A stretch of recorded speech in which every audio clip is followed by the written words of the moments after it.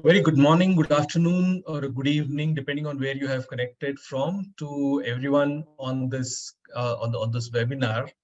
On behalf of Labs Technologies, it gives me great pleasure to welcome you all to this webinar on a very important topic related to environment, social, and governance, or as we call it, ESG for short. Today, we gather here as a community of forward-thinking individuals and organizations who are committed to addressing one of the most pressing challenges of our time, which is creating a sustainable future for ourselves and for the generations to come. The dairy industry in India plays a crucial role in the country's economy. Over the years, thanks to initiatives like Operation Flood, India has emerged as the world's largest producer of milk, contributing to 23% of global milk production and 6% to India's GDP, while it also supports the livelihood of around 70 million smallholder farmers. At Stellabs, sustainability is something that defines what and how we conduct our business. We have an ambition to be the global leader for gender diversity and inclusion in our industry, ensuring the diversity is a part of our business and operating models. We have made significant strides in that direction. At Moomark, one of the subsidiaries of Stellabs, 85% of the milk collection agents are women. 68% of the farmers who pour milk and are registered with us are women.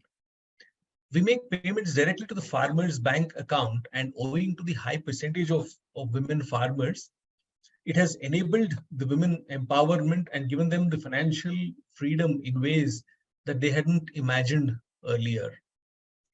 We have enabled the financial inclusion in areas where traditional lending was difficult. Our MOO score, which is a credit score for the farmers based on multiple factors such as their pouring pattern, herd size, and so on, has helped make credit available for farmers. 65% of these farmers to whom we have lent are actually new to credit.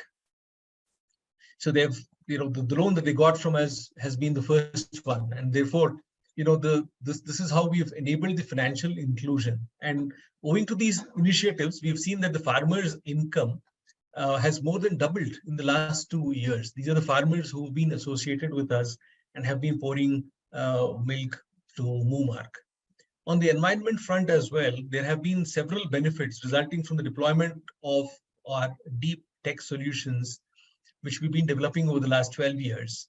So by improving the animal productivity, right, for the same quantity of milk, we are able to show that the carbon dioxide emission can be reduced by a whopping 56%. This can be further improved using proper nutrition practices and supplements that ensure that the methane emission from the cattle is further brought down.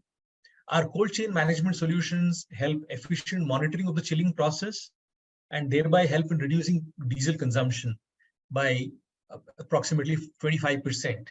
This can be further improved by deploying solar energy at the chilling centers. So these are just a few examples where we have been able to demonstrate our commitment towards the environment, our commitment towards the society, and women and farmer empowerment at large. By coming together today, we are taking a step forward in our journey towards creating a more sustainable future. Let us seize this opportunity to challenge conventional thinking, break down barriers, and collectively pave a way for a greener, more equitable world. I'd like to extend my deepest gratitude to our distinguished panelists today who have made themselves available for this webinar, given the importance of the topic. I consider it a privilege to introduce the eminent individuals. We have Prabhakar Lingareddy, who is the Executive Vice President and also heads the social investments at ITC. Prior to this role, Prabhakar was the EVP HR for the Agribusiness Division, which is engaged in sourcing and value addition of agri-commodities by leveraging the unique e-Chopal network, which forms an integral and strategic backbone for ITC food brands like Ashirwad, Bingo, Be Natural, Sunfeast, etc. He is a BTech from NIT Karnataka and an MBA in HR from XLRI Jamshedpur and has more than 3 decades of industry experience. Welcome, Prabhakar. Our next panelist is Ganesh Babu, who is the Managing Director, India at Bhumitra. Ganesh has a rich experience. I'm sorry. Okay, so Ganesh has a rich experience in sustainable agriculture, carbon market development, global supply chain, and international business. Bhumitra empowers agricultural communities across the globe to decarbonize soil. Bhumitra is also building the world's first international soil carbon market. Very interesting concept. Ganesh is an alumni of INSEAD and has led businesses in different parts of the world. Welcome, Ganesh. The next panelist that I will introduce is Kevin Bellamy, who's a seasoned executive in global dairy industry affairs. Till recently, he was the managing director leading the dairy sector at Rabobank, which is the largest global financier of dairy spread across 5 continents. Prior to banking, Kevin was the founding executive director and CEO of the Global Dairy Platform, a global consortium of over 60 dairy cooperatives and companies. He's played a key role in setting up the dairy sustainability framework, which now actively engages with over half of the formal milk market worldwide and engages with World Health Organization to successfully challenge the perceived links between dairy fats and heart disease. Kevin is a chartered director and an MBA. Welcome, Kevin.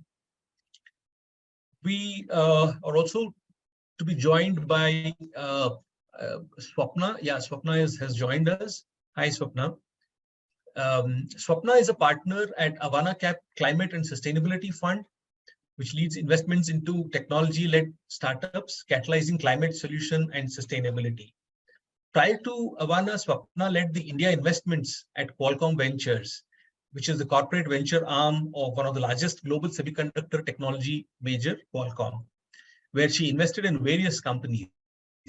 She was recently recognized by GCB as one of the top 50 emerging leaders in the corporate venture community and was the only one from India on the list. Swapna is also part of the Class 25 at the prestigious Global Kaufman Fellows Program. She's an engineer from NIT Nagpur and an MBA from FMS Delhi. I've also had the privilege of working with Swapna when she was an observer on the board of Stellabs. Welcome, Swapna. The session will be moderated by Indrajit Singh. Indrajit is a partner and leads the ESG climate change and sustainability practice within the financial advisory in Deloitte, India. He has more than 21 years of work experience in ESG, EHS, sustainability, risk assessment, policy and regulatory reforms, monitoring and evaluation, climate change mitigation and adaptation, energy efficiency, renewable energy, and sustainable development.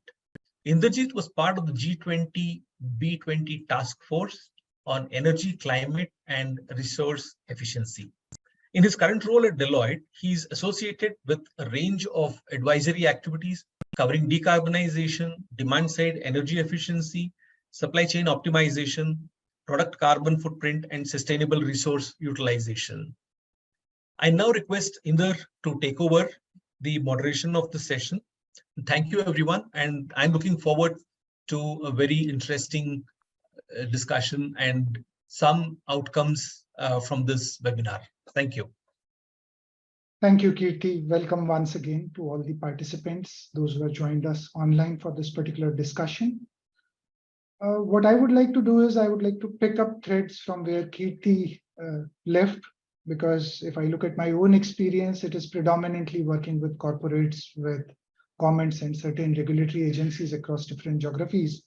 And when we look at the keyword environment, social and governance, we have seen a lot of action which is happening at least in last about half a decade or maybe slightly above that with respect to the Indian subcontinent. A lot of action is happening at the level of companies wherein they are developing their ESG frameworks. They are deciding upon goals and targets. There are discussions which are happening even in the hard to abate sectors on how to look at the environmental footprint reduction. But when we look at, say, for example, the agriculture sector, which provides opportunities of employment to nearly 50% of the population, if we look at the value addition in terms of the economic value that is being generated, it is contributing close to about 20%, and I'm here only referring to the Indian context only. Beyond that, if we look at the greenhouse gas emissions, which is being talked about by Kirti, and I believe some of the panelists will also talk about it, almost a third of the GHG emissions are happening because of the agriculture and food chain within India. And therefore, when we look at the environmental footprint, the usage of water, which is again one of the critical items that we should cover in today's discussions, is that almost 80 to 85% of the fresh water is consumed in agriculture sector. The industrial sector gets anywhere between 9 to 11% of the total available fresh water. That creates a large opportunity of competing use of water, and whatever water we can practically relieve through optimized utilization within the agriculture sector can actually be used for multiple other purposes within the industrial setup of India.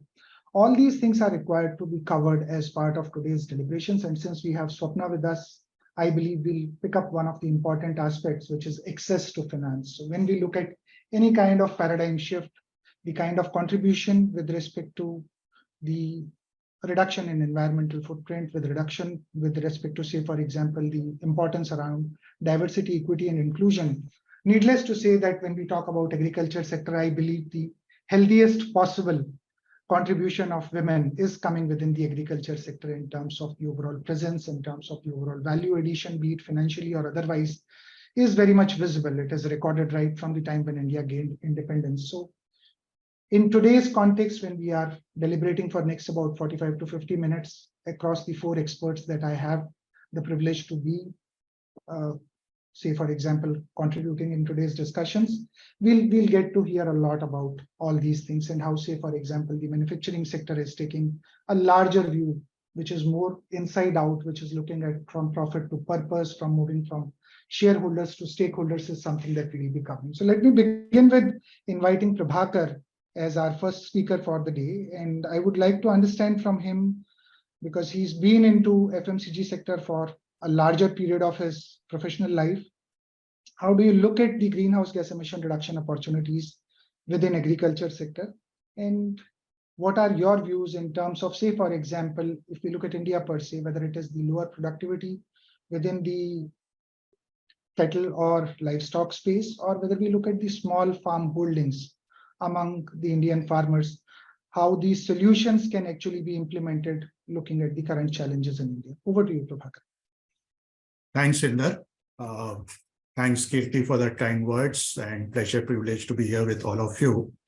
What I would do, Inder, is since you referred to my experience in the FMCG sector, probably I'll first start with sharing what are the trends which are driving what we would want to do from a climate or from a societal perspective, especially related to agriculture and livestock. And I would like to sort of highlight 5 specific trends. The first trend is an obvious one, which I will not dwell much, which is basically the competitiveness. The only aspect that I want to highlight here as far as competitiveness is with the pressures of resources, with the pressures of supply chain dimensions, the angles with which we look at competitiveness is both increasing and spreading. But what I would want, the second one, which is also fairly obvious, is the changing consumer preferences. The consumer preferences more towards healthy food habits, etc. If we really look at for the last 1 year of almost about 12 to 15 months, the entire focus on millets, for example. And this is a trend which will only keep increasing. The third dimension here, which I wanted to sort of call out is the whole aspect of business continuity. I think the biggest risk for any FMCG product or brand which relies heavily on agriculture, I think the business continuity paradigm becomes very, very critical because of all the changes that we are seeing in terms of climate and the associated impacts. And God forbid, if the crop is not available, it actually has a huge impact in terms of the availability of the brand or the product in the market. But there is the other aspect which is becoming much more prominent, which is what I would call it as corporate equity. And within corporate equity, I will also include the brand equity. Increasingly, the preference will be for brands which are seen to be environment friendly, which are seen to be contributing to the society. While it is still early days to call out whether the consumer is willing to pay a premium on that, but definitely there is a preference for it. And my own belief is that once a person engages with a brand, it definitely has a huge value in terms of retention. I can hold on to that customer if I'm able to sort of showcase my credentials on these dimensions. It is also becoming important, not just from a brand perspective. Consumers are wanting to look at how responsible a corporate is across the value chain. And there, the whole aspect, if I look at right from starting in terms of is the product made out of sustainable practices to the end use in terms of how do you sort of manage the plastics. It's the entire value chain that a consumer is looking at.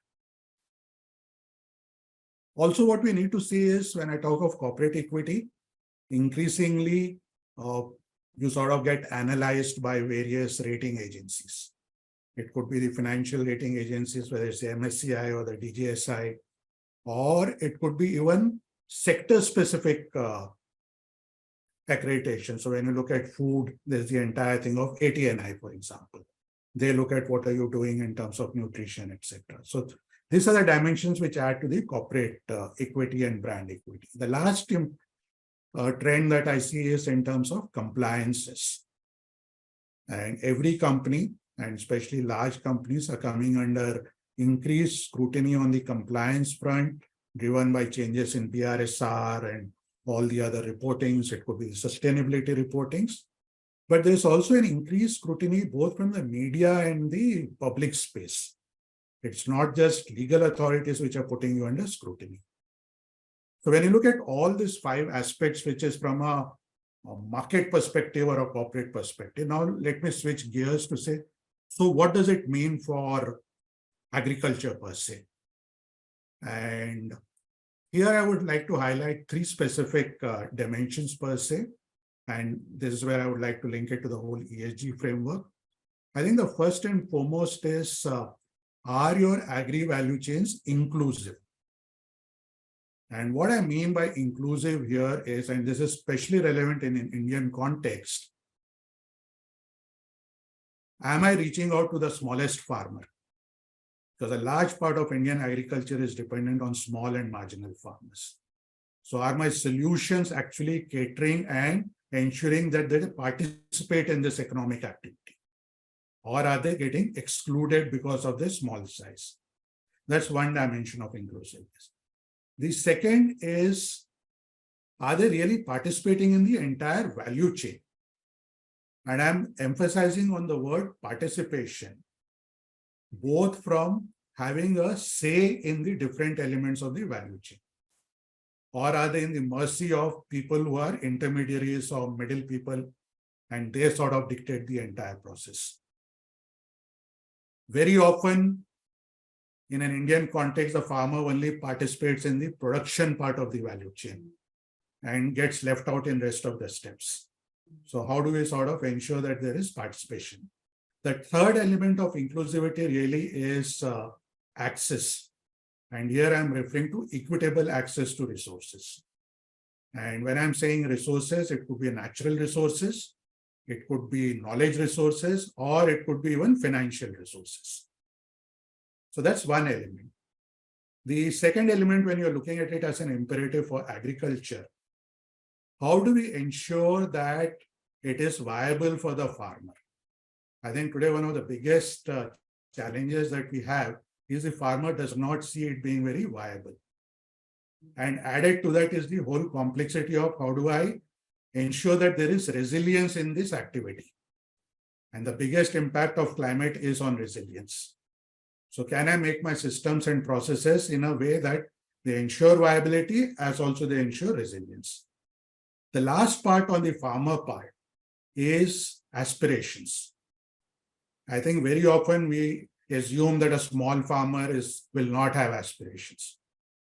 He or her and their family also have aspirations.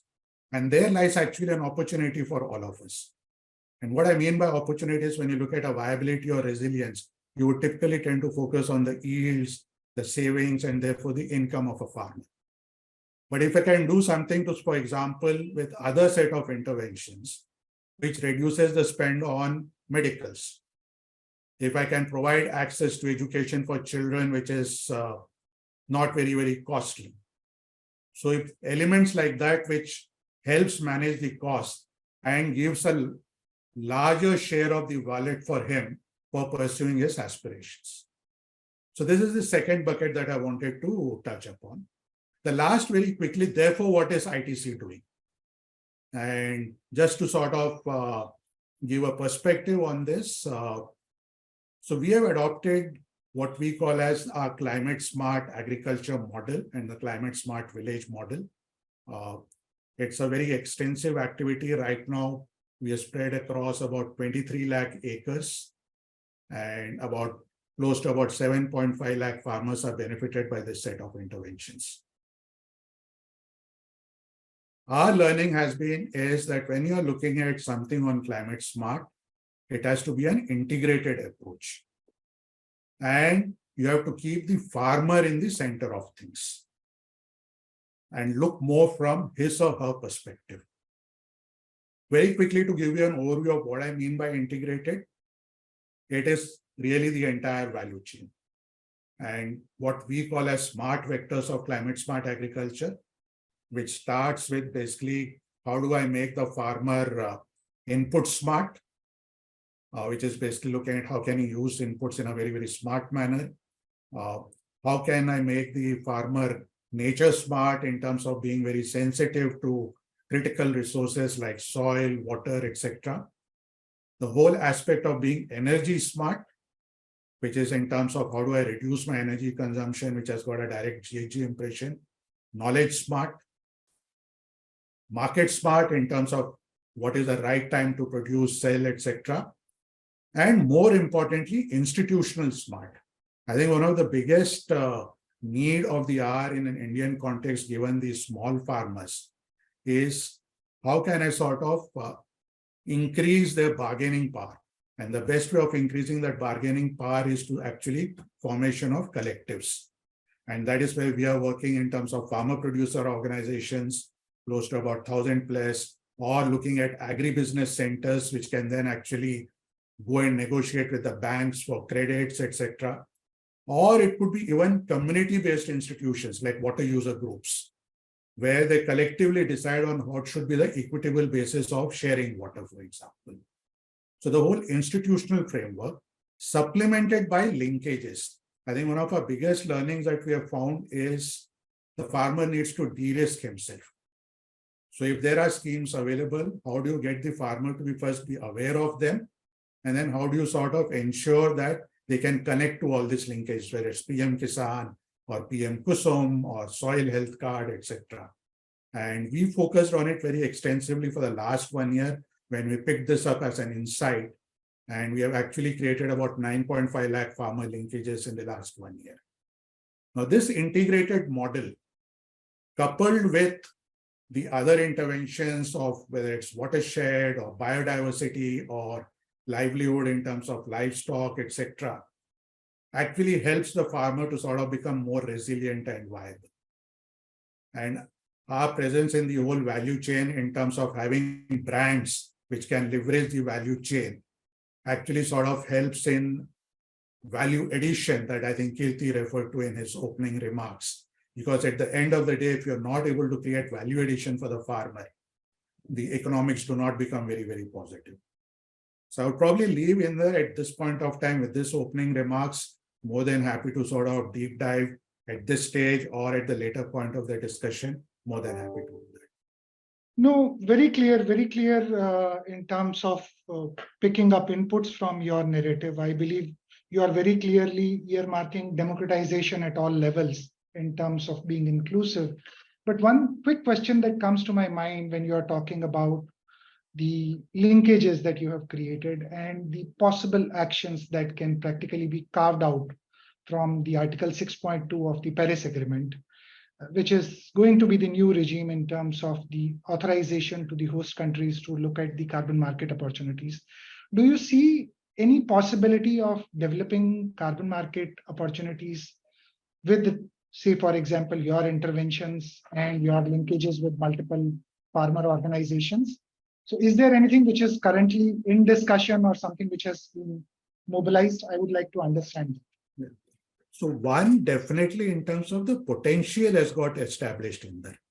Whether it's when we talk of practices like direct seeding of rice, or when we talk of practices like zero tillage, or when we look at our biodiversity initiatives. So organizations like TERI, etc., have clearly demonstrated that there is huge potential. And we are actually in talks and exploring how the whole carbon credit market again can become an additional source of income for the farmers. Because at the end of the day, it is they who are practicing all these things, and they need to have a fair credit of whatever carbon credit market evolves. So two things will become very, very important here. And that is something which we still need to have it on ground. The first, I think we need to have very robust technology mechanisms in the background. Because at the end of the day, if you're looking at somebody who is sort of who has to sort of convert it into a credit, will look for reliability and traceability of information. And the whole data piece will become increasingly important and critical. And that, I think, we're still a long way, especially in an Indian context, to have a very robust, cost-effective platform to capture data, which will help us in the entire transaction. And I'm sure Ganesh will have more to talk on that. The second challenge also is the whole aspect of documentation, because the Indian farmer is not trained to maintain records. He operates out of memory, but all this will require records.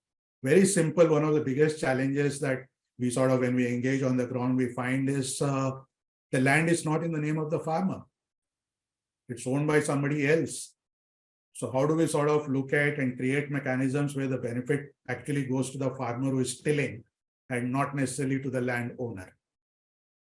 Or the whole lot of documents required, suddenly the landowner needs to furnish the Aadhaar card, XYZ, etc. And there is reluctance to share all that data in a public domain. So it's a mindset that also one needs to work on. And the third important thing is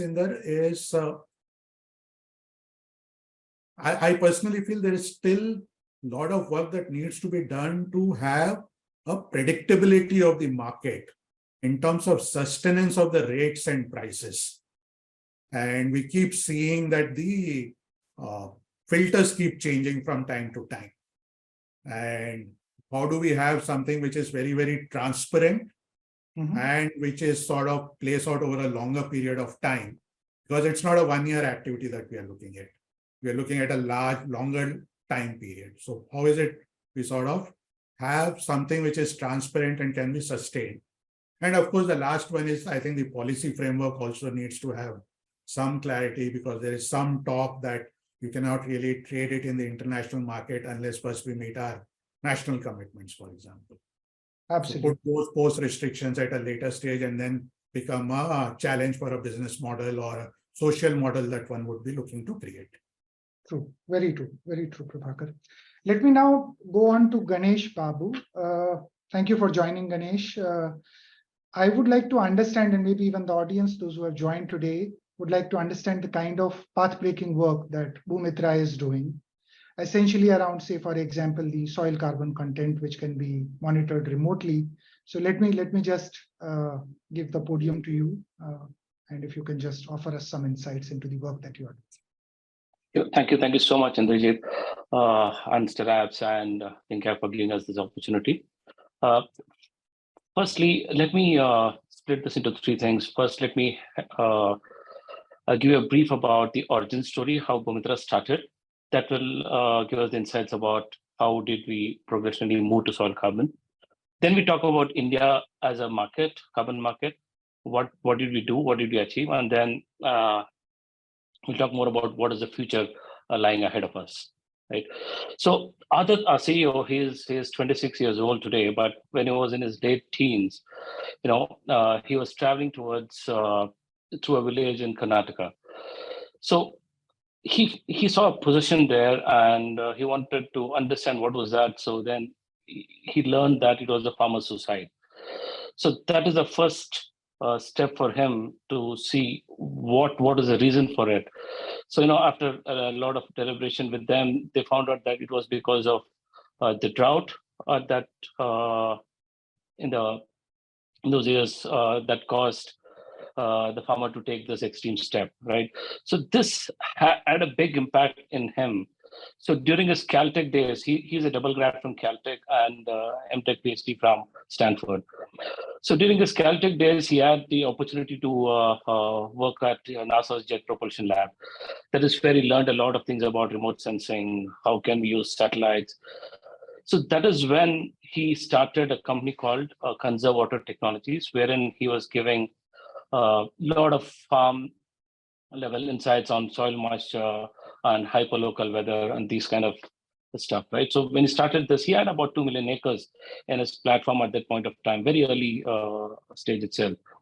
So then, the customers started asking him if they can if he can give us insights on nitrogen and other things. So he started working on nitrogen, then he got phosphorus. So then the natural progression was carbon. So with remote sensing and with satellites, he was the first to break through finding carbon through satellites. So, and he was here and he got multiple awards for that. And then Bhumitra was born, and we pivoted our entire business around carbon. So what we did in the last 2.5 years is we have about 5 million acres in our platform. We have created 6 projects across the world. And in India, in the last one and a half year, right, in the first cycle of onboarding, we onboarded about 1 lakh farmers into our platform, about nearly 380 to 400,000 acres into our platform.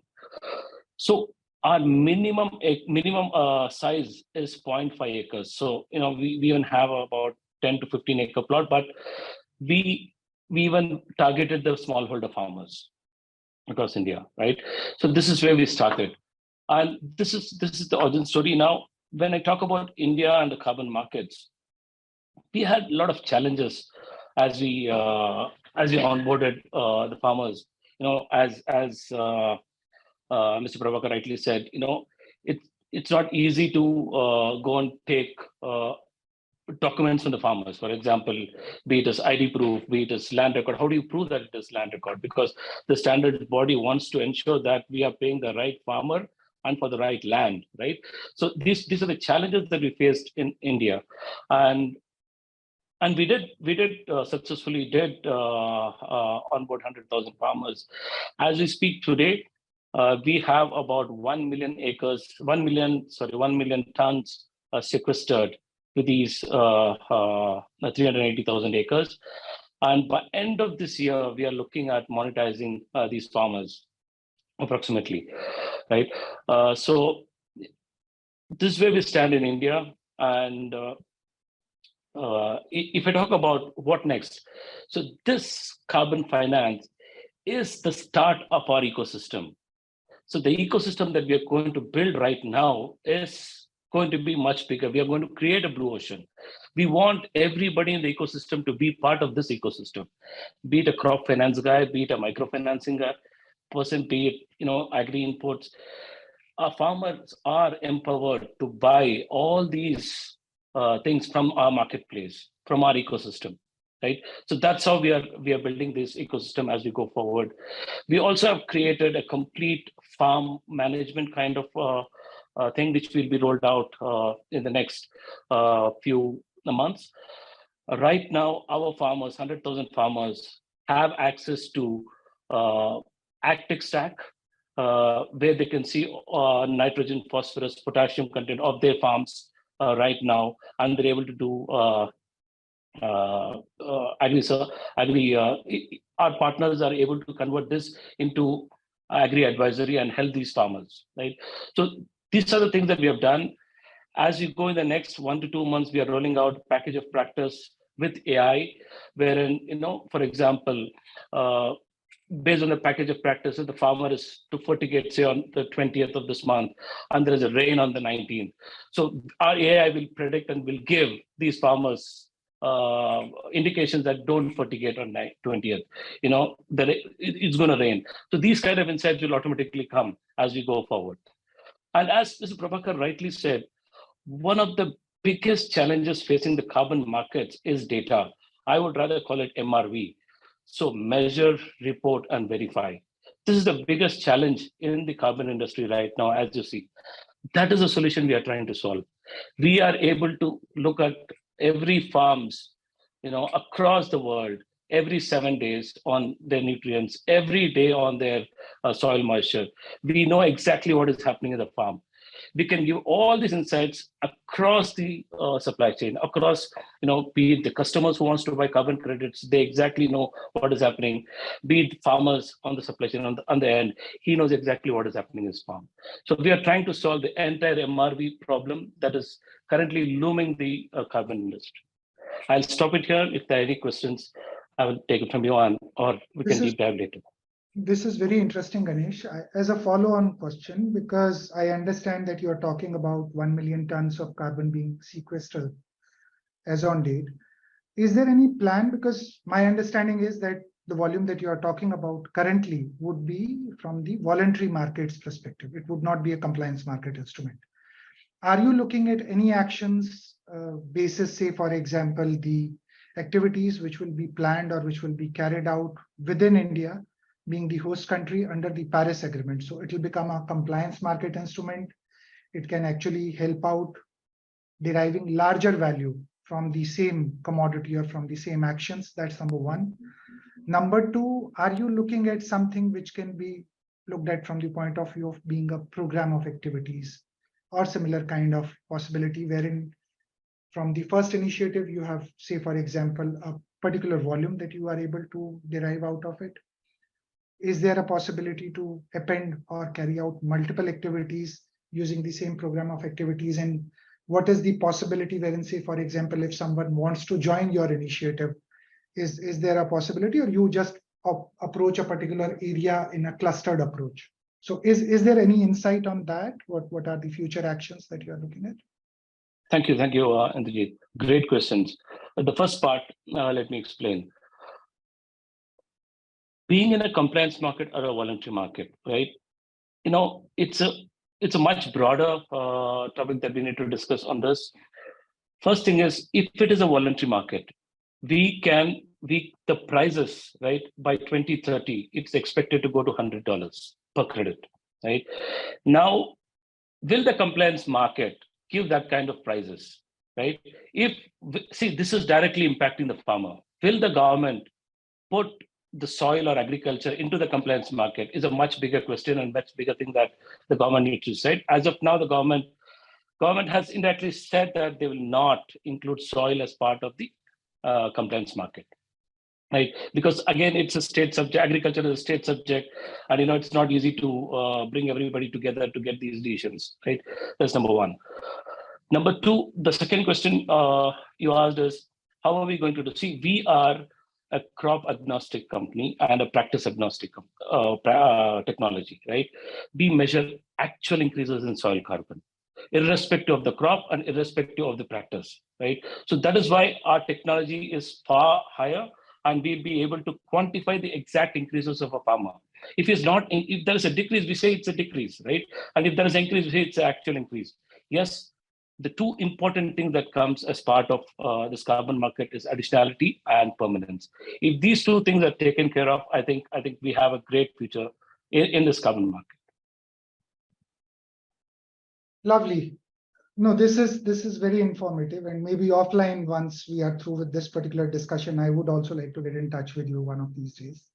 Let's just look at the dairy sector, and I would like to now move to Kevin, who happens to be the best person available in the market as of now, in terms of the understanding around what are the developments that are happening within the dairy sector. I believe, Kevin, from you, I would like to look at, say, for example, some ideas around how countries are taking commitments. So the nationally determined contributions, the 2030 deadline, and very specifically, or rather interestingly, in case of India, Prime Minister Modi during the Glasgow COP, the COP26 to be precise, recalibrated the overall outlook of India per se in terms of the deeper commitments that country would like to take towards the revised nationally determined contributions. So from your lens of or the experience around dairy sector globally, how do you see the impact which could be there because of the commitments at various COPs or the NDCs and the greenhouse gas emissions that are practically being contributed from the dairy sector? Sure, Indrajit, and thank you for the invite to be with you this morning. It's a great honor to be speaking. When I stepped down as a banker about 12 months ago, I realized that although I'd had a lifetime in the global dairy sector, I'd not really spent any time in the biggest producing dairy sector in the world of India. And I wanted to spend more time, and I've been lucky enough to visit you in India quite a lot over the last year and a half. And I found it fascinating that the transition that's taking place around dairy in India and tackling some of the problems around the formalization of the market and financing smallholder farmers, I find fascinating. But if you look at the global picture, you know, I've been lucky enough in my career to meet most of the dairy leaders from around the world, the leaders of the large dairy companies, the CEOs. And I always ask them when I meet them, what keeps them awake at night? And almost to a man or a woman, their answers are sustainability and climate change.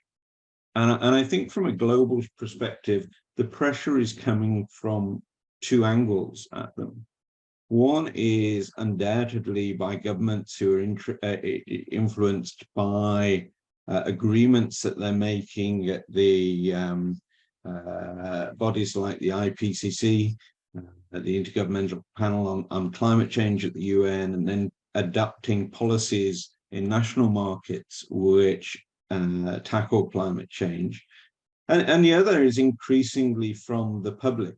And I think, Prabhakar, you said that the jury was still out as to whether people will pay more for products that are climate friendly, if you like. I think that the findings I see when I talk to international dairy companies is that people are probably not willing to pay more at the moment, but they're willing to avoid products that they see as unsustainable. And I think the transition that I spoke about in the Indian dairy market is probably masking some of that, and that consumers' pressure on Indian dairy companies has yet to be a maximum. But I do see that as coming, and I think food and ag and dairy will continue to be areas of concern for both governments and the public. About 19% of all greenhouse gas emissions come from the production of food. Probably 5 to 6% of that comes from the livestock sector. And we could discuss how much comes from the dairy sector if you take the carbon from cow cows and the carbon from feed production. But it's probably 5 to 6% of the global emissions that we need to worry about. And I think pressure will continue to grow on India. India is currently the third largest emitter of greenhouse gases in the world. And I think that will come on to Mr. Modi's comments in Glasgow at the COP. But it's the third largest after China and the USA, and the second largest emitter of greenhouse gases from the food and agriculture sector globally. I think that's a little unfair on India to rank it in that way. If you look at the just to be fair, the per capita production of greenhouse gas in India is 1.5 tons per year per person. If you compare that with the second place emitter, China, they emit 8.1 tons per year per person. And US, which is the top emitter, 15.5%. So there's a huge difference. And it seems unfair that the pressure is brought internationally on India to reduce greenhouse gases. You know, as you rightly mentioned, Inderjeet, the Paris Agreement in 2015 at COP21 was an agreement to reduce or target reduction in greenhouse gases to reduce or maximize the temperature rise in the climate to a maximum of 2 degrees centigrade, and targeting a 1.5 degrees centigrade rise. But importantly, in the background at that meeting, there was also an agreement that funds would be transferred from the rich countries to countries that needed to make more actions. And I think when you look at smallholder farming in India, that's one of the target areas, because from a dairy sector point of view, that's the most difficult area to influence. Getting smallholder farmers not only to grow production, as they've been doing very successfully, but also to start having some climate mitigation. And Inderjeet, you said at the COP26 meeting in Glasgow, the COP26 meeting, one prior to Glasgow, Mr. Modi suggested a promised and agreed to reduce emissions by somewhere between 32 and 35%. And increase that in fact at COP27 last year to 45% by 2030 per unit of GDP. It's important to remember, of course, that India's economy is growing somewhere between 6 or 7% a year. So that in some ways dilutes it. It makes the figure more difficult to calculate, because you've got to make an estimate of growth over the next couple of years. But it also promised to reach net zero by 2070. Not entirely clear in the wording whether that includes methane from livestock. So I think there's still some room for maneuver there, but there is undoubtedly going to be continued pressure. I think the rest of the world feels that India needs to make a little more effort.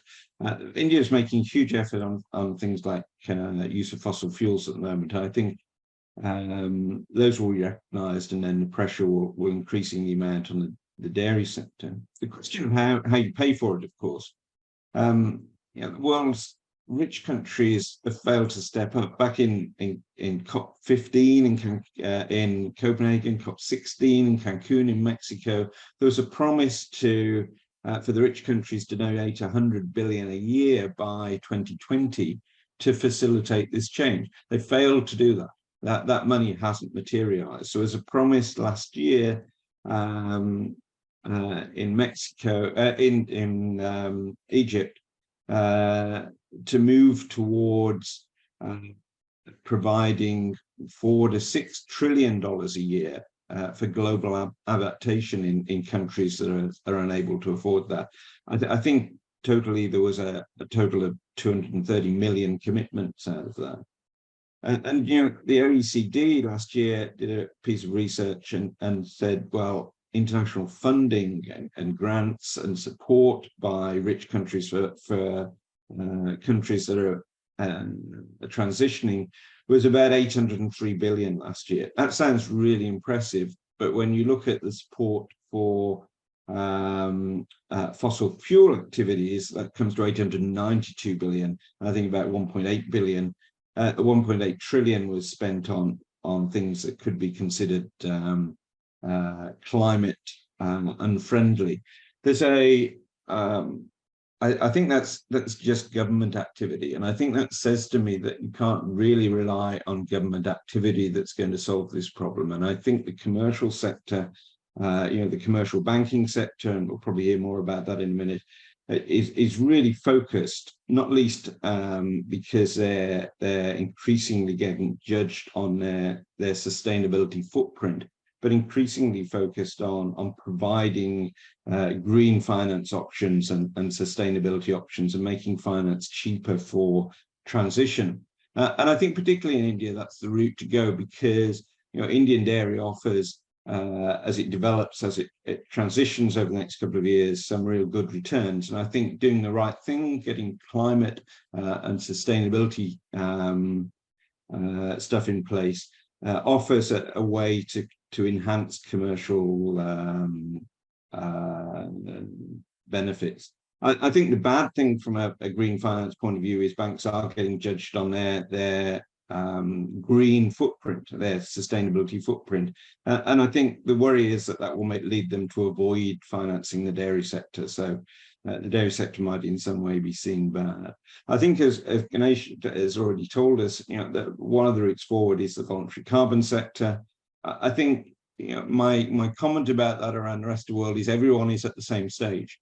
India is probably at the forefront of that, if I'm honest, in getting that. I think the innovation and the developments are taking place in India are ahead of some other parts of the world, and I think that's probably the way to go. But it does all boil down, as he said, to measurement and reporting and validation, and getting a good data system in place is going to be really important to do that.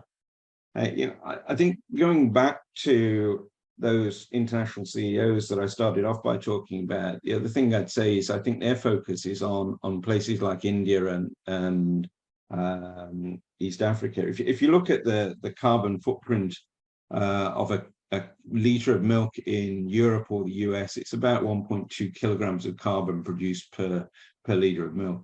If you look at that from an Indian point of view, it's somewhere between 2 and 4 kilograms of carbon, perhaps even 6 kilograms of carbon. That's down to things like lower yields and farming practices. And I think there's a huge desire from the rest of the world's dairy industry to help share practices, to help share technology, to help Indian dairy farmers to reduce their carbon footprint, because consumers often look at these things from a global point of view. There is a global dairy industry, and I think we need to work together as a global dairy industry to share best practices and to reduce the sustainability. It's in everyone's best interest. There is a global dairy industry partnership which is around pathway to being a net zero industry by 2050 under the dairy sustainability framework. And I think the next stage for that initiative is probably to engage more with India and to share and to also share the best practices that are being developed in India with the rest of the world. We've all got something to learn, I think, Indrajit. Thank you, Kevin. No, this is very interesting since you talked about the emissions associated with the dairy sector, specifically from India, which is considerably higher as compared to the global standards. Would you have any visibility, and I would request for a quick input on that, around the impact of CBAM, the European taxonomy on, say, for example, the exports which are happening from within India, the agriculture and the food sector exports? What? The CBAM initiative, which is around the taxation, the carbon taxation, the carbon adjustment mechanism, if I'm correct. It's not an area I'm particularly knowledgeable about, I'm afraid. So one of the other panelists may be better to answer that question. Fair enough. All right. Thank you very much, Kevin. Let's come to you, Swapna. Thank you very much for being with us. Access to finance, we have heard from multiple panelists over here in terms of the initiatives, but nothing can change. If we look at a paradigm shift, if we look at the change in the situation with which, say, for example, the food and agriculture sector is grappling with in India, access to finance is something which is required to be understood and addressed.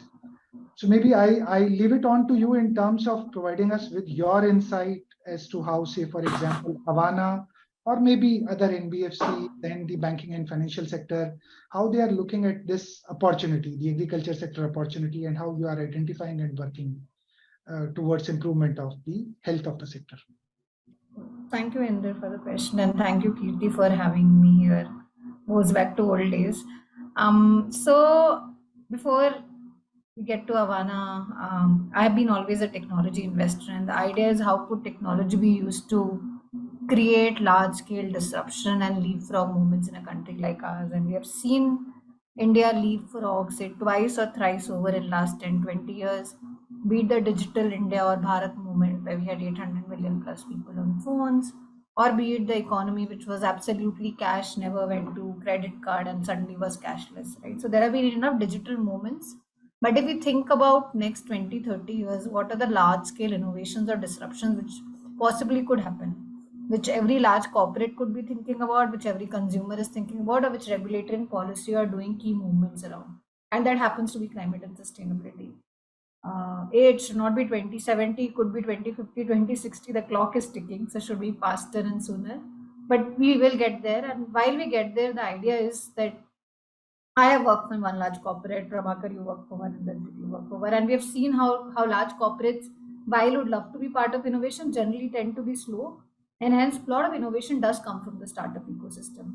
And again, the key second big learning is that technology is where the large scale disruptions happen. You can build small scale operational businesses, but you can't get multiplier hockey stick curve growth from there, right? You could do a waste bin in a municipality, but that will create nothing unless you do it at a global large scale. So the idea at Avana was born that we have all been technology investors investing in areas which are close to climate, be it supply chain, agri, mobility, energy. Is there a way we could all translate it into what climate really means today and tomorrow? So while the global West has the privilege of thinking about emissions, and this panel was a lot around emissions, but there is also the thought around, is there an adaptation resilience, because you're talking about 20% of the world population. You're talking about the most vulnerable people living in this part of the world. Again, we talked a lot about agri. A lot of people don't realize when we talk agri, actually water is a big problem, right? It's not just the produce, it's the water. The soil is depleting, the water is depleting. So can we think about adaptation, mitigation, resilience? Can we think about all the key sectors which form actually about 90% of India's emissions? Also, large GDP contributor, about 70% of GDP. So that's where we focus: supply chain mobility, agri and consumer systems, and of course, energy transition, resource management. Again, the team's background is such that we've invested in these sectors. And I really like the way panel has been formed, because we actually have folks from corporate and large corporates and startup uh, and policy, regulatory, everything which somehow we all have seen. And for us at Avana, our belief is also very similar, which goes to say, look, you can't build for climate in a village. You have to have a village around you, which means, in a sense, that you need to have all parts working. Technology is, of course, table stakes, but you need corporates, because that's where sandboxing will happen, that's where GTM will happen, that's where systems and process expertise will come through. You need the policy and regulatory support, because you can't just say today we are startup and we created India. Actually, the honesty is all the leapfrog movements have happened in tandem with government. Think about the first wave, which was solar, the second, which was EV. None of it would have been really possible had policy and regulatory not come together. So again, very important. Academia also important, because a lot of research think tank bodies come from there. And the fourth is catalytic finance. I don't think we touched it here, but again, I have seen this journey with Stellabs also. Equity only solves part of the problem. What you need is cheaper forms of capital, which is grant, which is working capital, which is technical assistance. And I know BMGF journey with us, Kirti. So lot of those pockets of capital also need to be unlocked to ensure that these journeys become smoother for startups. So our charter really is, we'll invest in great technology companies which are solving for climate. But well, here is capital, but here is us coming along with you with all our might to help you scale in that journey. And that's how we think that together we possibly can solve for the ticking clock and maybe get 2070 to 2060, if not sooner. Thank you, Swapna. Very quickly, would it be possible for you, if it is non-confidential, can you talk about one or two case studies or initiatives wherein Avana has parked or invested their funds, so that the audience can get some flavor? We are now on our Fund 2. Yeah. Fund 1, we have done about 20 investments. I can talk about a few of Fund 2 investments. For example, we have invested in a company called EKI. EKI does large-scale food security, food production systems. Think of how assembly line changed the manufacturing industry. That's what they intend to do with food production, because again, water is depleting, soil is depleting, temperature changing. So these boys from IIT have perfected a technology where in deserts of Rajasthan, they have an agronomy and polymer chambers where at 80% less water, they get 300% more yield. And they don't grow the leafy greens and arugula and avocado. That's not what they cater to. They actually do, and you might know about this company Prabhakar as well. They're trying to do some pilots with ITC. So they actually work on tomatoes, eggplants, cucumber, capsicum, Bharat ki sabzi, and they do it at everyday mandi prices. So that's the intent. Again, the second company we have invested in is a company called Kazam, which is building this essential operating system layer for electric vehicle. Idea again very simple. Electric vehicle revolution is here. We have seen the mobile telephony revolution, and the biggest learning is we are not Apple or a Tesla ecosystem. We are 1.4 billion people. It needs to be less walled gardens, more open loop ecosystem, and that's what they are building. The third company again is in solar space, which is a company called Aram, which said, look, everyone is focusing on enterprise rooftop solar. We have a target of getting to renewable of 20, 30, 50% and further along. Can we go after MSME? So they're building a full stack solution for MSME deployment and financing. So that's how we pick parts and pieces of the puzzle, that these are different points in climate ecosystem. Can we solve each of them through technology and move the needle forward? No, brilliant. Thank you very much, Swapna. Can we open the floor for questions from participants? Are there any questions? There are a few questions in the Q&A tab. So in case you want to take up something, you can definitely Q&A tab below. Yeah. Fine. So the first one, I'll have to read it out. These are from Rishabh Kumar. These are, okay, Ganesh Babu is already providing an answer. Can you predict water resources hidden near barren lands yet untapped for agriculture? He has not pointed this question towards anyone. Would there be any of the panelists in a position? All these questions are very general questions in there. And I I've believe replied to 3 of these questions, which I could actually. Okay.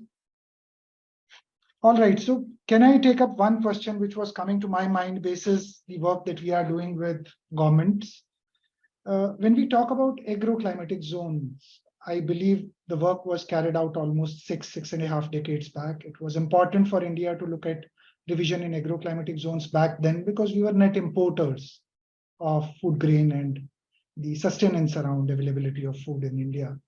But how do you look at those agroclimatic zones and their relevance in current times, be it from the point of view of the exports which are being carried out? Let me just give you an example. When we look at basmati rice, it's a very water intensive crop. And we are exporting it at a throwaway price without even looking at the actual investment that goes in the form of cost of water, because there is no true cost of water applied in terms of production. It could be true for multiple other food grains which are being exported from India at a relatively lower price point. Do you believe that now is an opportune time towards relooking at the agroclimatic zones in India? Do you have a visibility around some of the actions that, say, for example, governments have taken? I am aware of one action which has happened in Haryana. But then from the contract manufacturing perspective, can you influence the decision in terms of what can be grown in a particular pocket or at a location from where you can pick up the proceeds? So I'll leave it on to Prabhakar, Kirti, anyone who would like to pick up this question. Respond in there, actually, the way at least we are looking at ITC, not so much in terms of revisiting the agroclimatic zones, but we are working with an agency to do a predictive model. Okay. How will climate play out, say, in 2030, 2050, 2060? And based on all the modeling techniques that are available, we are trying to see what could be the impact on yields in existing areas if those climate models play out. Mm-hmm. And what is interesting is the early indicators are that even if, say, X area is likely to get impacted significantly because of adverse climatic parameters, there's possibility a new Y area coming. Because what is happening in climate change is probably areas where it used to rain extensively, it's coming down, but areas where it was never raining is now actually seeing rains. So the whole aspect of modeling and then sort of trying to see what should be the spread or the area where I need to focus is one thing that we are looking at extensively for different crops. We already completed for wheat. We are now in the process of completing for some other crops. And with that document, then we would want to sort of engage with the government and see what policy changes or proactive steps needs to be taken to facilitate that transition to a lesser hotspot area. Okay, yeah. Picking up from your response, maybe I would like to go to Ganesh Babu for a small input. You talked about the role of analytics. You talked about the role of how satellites and other technological advancements were helping out in terms of predicting, say, for example, you gave the idea around whether or not the farmer should provide water to the field on a particular day when there is a prediction around rain. But when you specifically talk about, say, for example, the reduction in soil moisture content or the reduction in the nitrogen content or phosphorus content, do you also superimpose or dovetail it with some idea that the farmer should look at alternate crops or something like that? Is there such kind of advice being also issued, or do you see this as one of the possible areas wherein you can contribute? Yeah, so what we are trying to look at is, so we are a data science company, right? So we are using a partner or network, like say for example ITC. ITC would be the right company to advise its farmers. So we will provide ITC with all the information that is needed, what is happening around the world, and different crops over different cycles, what kind of fertigation are they doing, how are they getting it.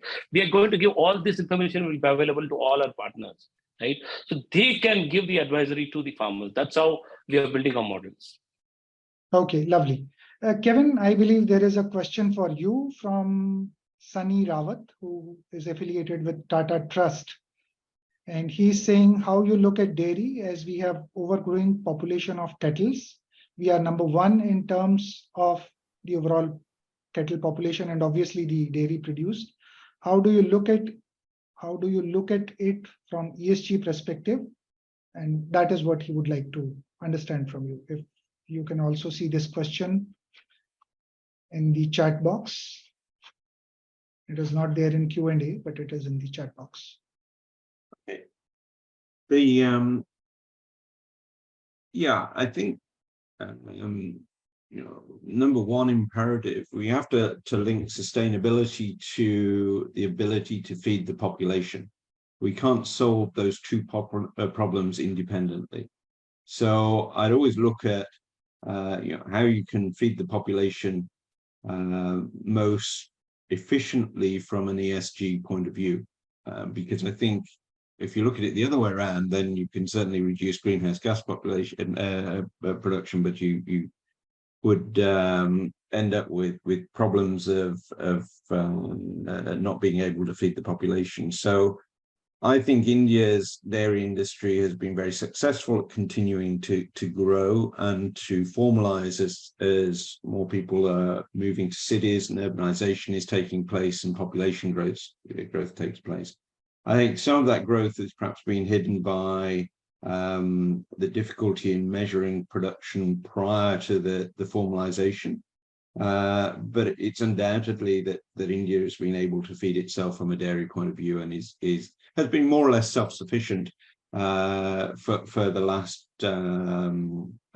few decades since Operation Flood. And I think what now needs to happen is that focus which is taking place on growing productivity of cows. So ultimately, I think we'll all recognize that the next generation is probably not going to want to have 1 to 2 cows in the family, but it's going to want the convenience of buying milk from the store, as you get from most parts of the world, if you like. And that's going to lead to a consolidation of the dairy sector at the primary level. And I think that offers a chance of being able to grow yields with more efficient farming techniques. And I think as you grow yields, you reduce your carbon intensity per kilogram of milk. And I think that offers a chance to reduce the overall footprint from an ESG point of view. I think one of the big issues in India is probably going to be adaptation rather than mitigation. We saw the hot temperatures around Delhi last year. We've seen some of the water problems. As global temperatures rise by 1%, then monsoon rain volumes will raise. Someone's done some research that says monsoon volumes will raise by 5%. So increasingly, there's going to be need for adaptation, if you like, and I think that needs to be taken into account as to where dairy farming takes place in India, how you can minimise heat stress, and how you can continue to make India self-sufficient and even an exporting country, because there's a lot of places in India that are good to produce milk. I think the final thing I'd say on that is, if you can improve the productivity of animals, I think there's a really good chance of being able to trade that carbon once it's been saved. If you're keeping less animal, producing less carbon, then you can certainly monetize that and provide yet another incentive back to the farmers in order to facilitate that transition. Right. Thank you, Kevin. I believe you have also answered to a greater extent the question that was presented by Kuldeep Sharma in the Q&A box. If you would like to add any more remarks, if you can access the Q&A. He says, how does the cost benefit looks by improving the productivity but not reducing the number of animals for India? And that was well, I think increasing the productivity offers a chance to monetize that carbon in terms of a voluntary carbon offset. I think that unless the Indian government is willing to step in and formalize that carbon market, we are talking about a voluntary offset. There's quite a large variation that's currently taking place in carbon markets around the world in terms of the value of that carbon, and it comes back to how you verify the fact that carbon is disappearing. And I think that comes back to what Ganesh was saying on data. It's really important to have a robust system. I hear of the world carbon price is probably sitting around, from agroforestry at the moment, it's probably sitting around $7 to $8 a ton. But I hear prices from people who've got individual schemes running that are better verified, of anything up to $80 to $100 a ton. If you can find some methodology that links you into that, then clearly there's a great incentive to do so. Right. Thank you very much. If I were to quickly add to the dairy ESG thing, with your permission, I think when we are looking at ESG, it's very important to look at it in an integrated manner. It's not E at the cost of S. Right, absolutely. Point taken. In that context, I think when we are looking at dairy, especially in the Indian context, the need to also focus on small ruminants. And that's been our learning. True. And small ruminants actually can serve both the nutrient and food security. It's also something where the women get actively involved, and it balances both the E and the S. Absolutely, Prabhakar. Thank you very much for your observations. I believe we are on top of the hour, so let me quickly summarize what we discussed today, beginning with Prabhakar, who talked about various aspects or the lens that a corporate may apply with respect to the upstream value chain in terms of changing customer preferences, the inclusivity or democratization of initiatives across the value chain, and how, say, for example, the business continuity planning is now becoming more and more integrated, looking at the fag end of the journey when, say, for example, the raw material is being picked up from the market. You are trying to look at, say, for example, providing necessary knowledge, support, and power to the farmers, those who are important elements of your value chain. And that, I believe, is fairly inclusive approach, and it would also be resulting in appropriate ranking and rating for ITC as a player in the market. We had the innovative areas covered by Ganesh Babu from Bhumitra, and that's something which makes me believe that technology is going to be creating the next paradigm shift within the agriculture sector, and that's more or less important, keeping in mind that as of now, various government, India is not the exception alone, wherein the agriculture sector has been kept out of the purview of any kind of emission reduction opportunities or compliance market opportunities. We had the inputs from Kevin around dairy sector. He had the privilege to work with majority of the large players in the market. And he has very clearly articulated that each and every CEO within the dairy sector is clearly looking at sustainability as one of the key areas or critical areas for them to attend to. And obviously from Swapna towards the end, I believe Swapna has dialed out. We had seen the kind of areas in which the investments are being carried out and how the selection process is technology based, and technology in any case is going to be the next game changer in each and every space wherein we are looking at the developments or improvements around environmental, social, and governance performances. I would now request Abhijit from ThinkAG to come and make the closing remarks. Abhijit. Thanks, Inder. First of all, thank you very much to all the panelists for attending this session. This was actually very interesting. In fact, if we had not had the limitation of time, we could have definitely extended. But special thanks to Prabhakar, Swapna, Ganesh, and Kevin. And Inderjit, superb job of basically moderating this interesting discussion. And I mean, the topic definitely is very interesting. And in fact, I would like to also disclose the stats. It was an article which I recently read saying, according to the job site Indeed, the ESG sector has grown over to 23% in India during April 2019 to April 2023. So this means how important this topic is, and definitely we'll see a lot of action coming in the Indian ag and as well as the dairy sector. So last but not the least, I would also like to thank Kirti, Rashmi, and Prateek from Stellabs for putting this event together. This was actually not easy. For the audience, please stay tuned for our future clinics and our future discussions. And this video would be live on social media in a few days' time. Thank you so much. Thanks for attending. Thank you very much. You have a good evening. Thank you, Abhijit. Bye-bye. Thank you, Ajit. Thank you.